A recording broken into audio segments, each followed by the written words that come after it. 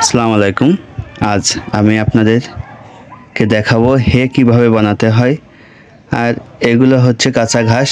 আমার ঘাসের জমি থেকে আগাছা পরিষ্কার করা হয়েছিল, সেই আগাছা দিয়ে হে বানানো হচ্ছে। আপনাদেরকে দেখানো হবে কিভাবে হে বানানো হচ্ছে।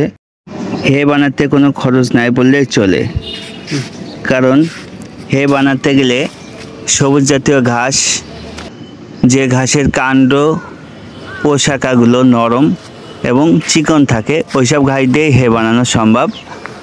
আর ওইসব ঘাস জাতীয় ওইসব ঘাস জাতীয় আমাদের বাসার আশেপাশে জন্মে থাকে আগাছা জাতীয় ঘাস বা ফসলের ক্ষেত্রে যেসব ঘাসগুলো জন্মায়, ওইসব ঘাসগুলো দিয়ে হে বানানো সম্ভব। আবার মাসকলাই, মসুরি, ছোলা, সিম এইসব জাতীয় গাছগুলি যখন শস্য সংরক্ষণ করার পরে এই গাছগুলি ফেলে দেওয়া হয় বা অনেকে জ্বালিয়ে ফেলে, এইসব গাছগুলি আমরা কৃষকদের কাছ থেকে কম দামে কিনে এনে হে তৈরি করে নিজের খামারের জন্য সংরক্ষণ করতে পারি। তাহলে আমাদের নিজের খামারের খাদ্য খরচ বাঁচবে। কারণ একটি খামার করতে গেলে সে খামারে খাদ্য খরচ যদি আমরা সঠিকভাবে বজায় রাখতে পারি, তাহলে খামারটি লাভের দিকে নিয়ে যাওয়া সম্ভব।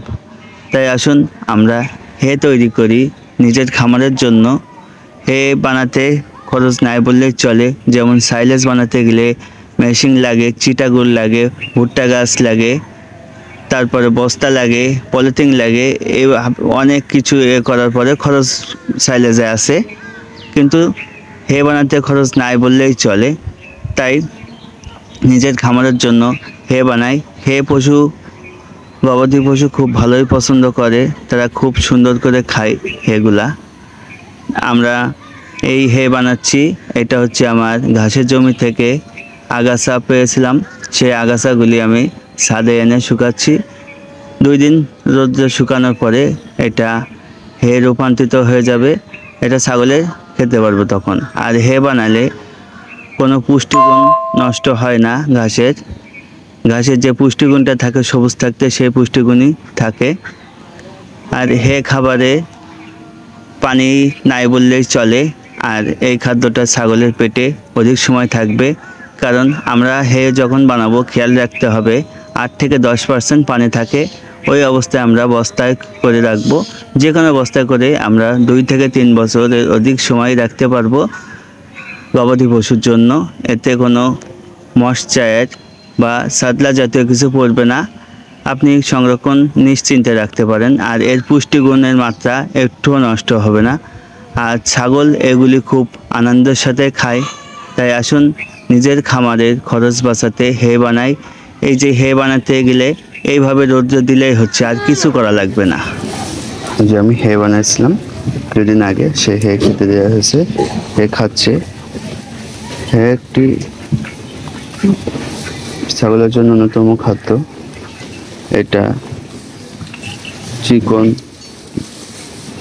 ঘাস জাতীয় দিয়ে বেশি বানানো হয়, কারণ যেসব ঘাসের কাণ্ড শাখা নরম এবং চিকন হয়, ওইসব ঘাস দিয়ে মূলত হে বানানো হয়। আর হে বানানোর ফলে খাবারের কোনো পুষ্টি নষ্ট হয় না, কারণ বর্ষার আগে অধিক পরিমাণে ঘাস হয়, যে ঘাসটা না সংরক্ষণ করে রাখলে মাঠে নষ্ট হয়ে যায়।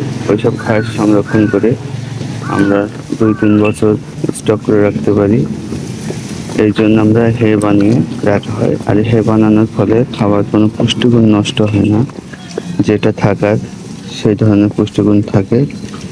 আপনারা বাসায় এইভাবে হে বানাতে পারেন, কারণ হে বানালে আপনার খামারের খরচ বাঁচবে। দেখুন কত পছন্দ করে খাচ্ছে।